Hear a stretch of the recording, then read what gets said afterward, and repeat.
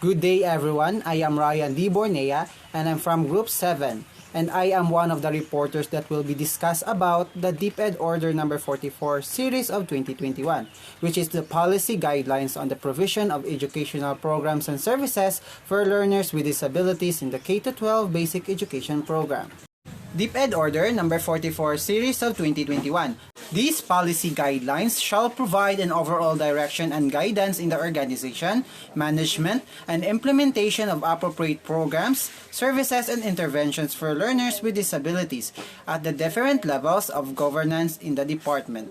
Likewise, this policy may serve as guide for the external stakeholders and also partners in addressing the needs of learners with disabilities.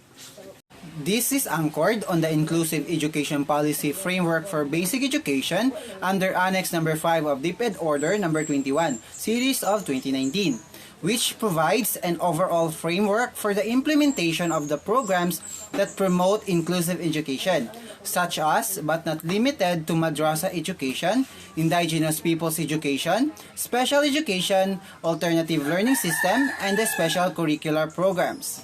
The provision of educational programs and services for learners with disabilities is integral to the right to accessible and quality basic education, and the mandate of DepEd as a duty bearer to uphold said right, as embodied in the following laws and commitments.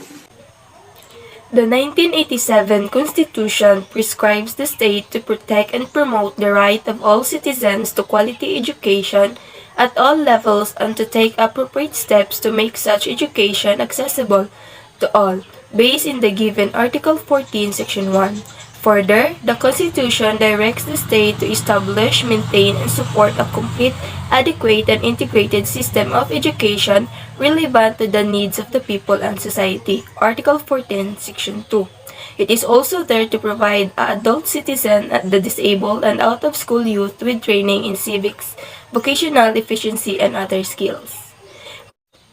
Republic Act Number 9155, or the Governance of Basic Education Act of 2001, promotes the goal of basic education to provide learners with the skills, knowledge, and values they need to become caring, self-reliant, productive, and patriotic citizens. It reiterates the above constitutional mandate of the states, Section 2, and vests the DepEd with the authority, accountabilities, and responsibility for ensuring access to, promoting equity in, and improving the quality of basic education, Section 6, as the school shall be the heart of all the formal education system. Republic Act Number 10533, or the Enhanced Basic Education Act of 2013, it is an act of enhancing the Philippine basic education system by strengthening its curriculum and increasing the number of years for basic education, appropriating funds, therefore, and for other purposes. For this purpose, the state shall create a functional basic education system that will develop productive and responsible citizens equipped with the essential competencies, skills, and values for both lifelong learning and employment. In order to achieve this, the state shall give every student an opportunity to receive quality education, broaden the goals of high school education for college preparation, vocational and technical career opportunities, make education learner-oriented and responsive to the needs, cognitive, cultural capacity, the circumstances, and diversity of learners, schools, and communities. In line with Section 3, thereby making inclusive education an imperative where basic education is intended to meet basic learning needs. Thus, the Act provides that the curriculum shall be learner-centered, inclusive, and developmentally appropriate in accordance to Section 5. The Implementing Rules and Regulations, or IRR, of Republic Act 10533. In accordance with Section 3 of Republic Act 10533, basic education is intended to meet basic learning needs, which provides the foundation on which subsequent learning can be based. The implementation of program designed to meet various elements of needs, physical, intellectual, psychological, and cultural needs, etc., is necessary to include but not be limited to the programs for students with disabilities. Moreover, Republic Act 10533 Section 4 provides that enhanced basic education is expected to meet the fundamental learning needs, and this program encompasses at least 1 year of kindergarten education, 6 years of elementary education, and 6 years of secondary education. In that sequence, secondary education includes 4 years of junior high school and 2 years of senior high school education, as well as alternative learning systems for out-of-school learners and those with special needs. Even prior to enhancement of RA 10533 in 2013, the Education Act of 1982, the Batas Pambansa BLG 232 mandated the state to promote the right of every individual to relevant quality education regardless of the sex, age and status, physical and mental conditions, racial or ethnic origin, political or other affiliation. So for this, stated that should no one be left behind when it comes to access to education. In accordance to Section 3, the states shall promote and maintain equality of access to education, and everyone should have benefits of education. In accordance to Section 24, the states should provide their responsibility within the context of the formal education system services to meet the special needs of the certain users. In Presidential Decree Number 603, or the Child and Youth Welfare Code in 1974, that also embodied the right to non-discrimination, which provides the right of children to an education commensurate to give them freedom to develop their skills for the improvement of their capacity or service of themselves and their fellow men. So now let us proceed to the Convention on the Rights of the Child, 1989. These rights embodies universal commitment to advance children's rights, including the rights of children with disabilities. The Convention also provides for the right of child to education and obligates state forth in Convention to each child within their justification without discrimination. Further, it takes all the necessary measures to ensure the full enjoyment by children with disabilities of all human rights and fundamental freedoms on an equal with other children. Also, Magna Carta emphasizes that persons with disabilities have the same rights as other people to take their proper place in society, and their rights must never be perceived as welfare services by government. Then, the page 7 of Magna Carta makes it as a duty to promote provision of auxiliary services that will facilitate the learning process for learners with disabilities. Lastly, under the Magna Carta, states has the duty to establish, maintain, and support complete, adequate, and integrated system of special education.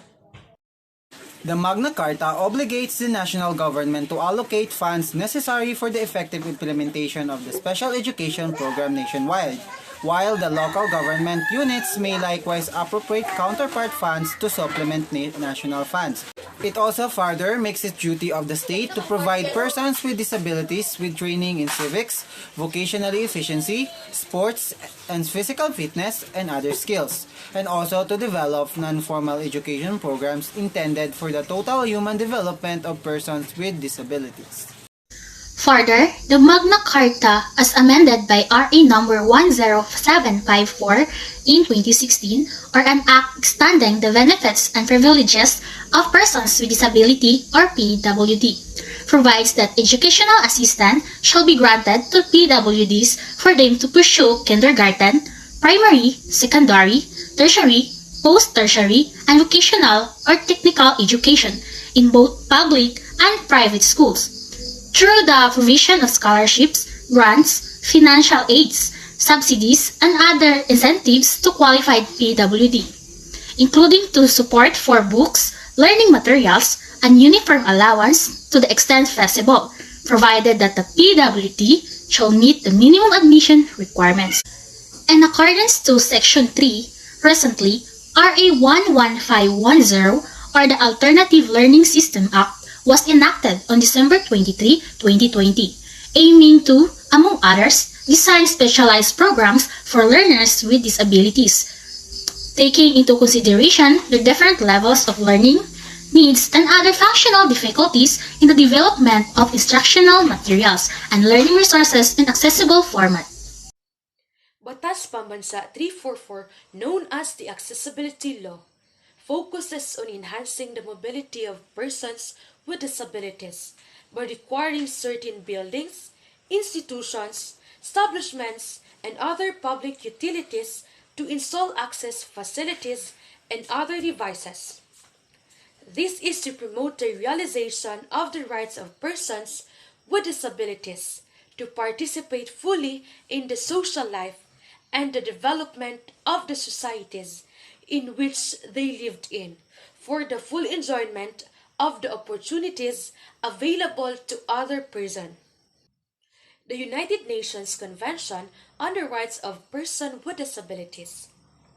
It obligates states parties, including the Philippines, to undertake, ensure, and promote full realization of all human rights and fundamental freedoms for all the persons with disabilities. State parties have the duties to implement the rights, to consider protection and promotion of human rights of persons with disabilities. So the purpose of the present convention is to promote, protect, and ensure the full freedoms by all persons with disabilities, and to promote respect for their inherent dignity. The Convention on the Rights of Persons with Disabilities, or CRPD, provides for the rights for persons with disabilities to education, with a view to realizing this right without discrimination. State parties have a duty to ensure an inclusive education system at all levels based on human dignity and respect for human rights, in accordance with Article 24. The Convention on the Rights of Persons with Disabilities is important because it is a tool eliminating disability discrimination and ensuring people with disability have access to the same rights and opportunities as everybody else. The state parties of the CRPD have the duty to ensure that persons with disabilities are not excluded from the general education system on the basis of disability. Persons with disabilities can access an inclusive, quality, and free primary and secondary education on an equal basis with others in the communities in which they live. This means that CRPD aims to protect and promote the human rights of disabled people, eliminating the stigma and discrimination, which are often reasons why people with disability are excluded from education, employment, and health and other services. More concretely, the CRPD obligates state parties to ensure facilitating the learning of sign language and the promotion of the linguistic identity of the deaf community, and ensuring that the education of persons, and in particular the children, who are blind, deaf, or deaf-blind is delivered in the most appropriate language and modes and means of communication for the individual, and in environments which maximize academic and social development given in Article 24. The Philippines has also committed to Sustainable Development Goal, or SDG number 4, which gives prominence to the provision of inclusive and equitable education and the promotion of lifelong learning opportunities for all.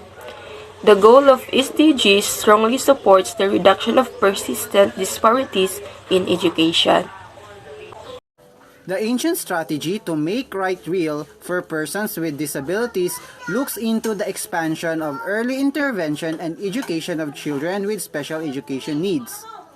The International Classification of Functioning, Disability and Health, or ICF, of the World Health Organization provides the lens through which disability and special education needs can be better understood.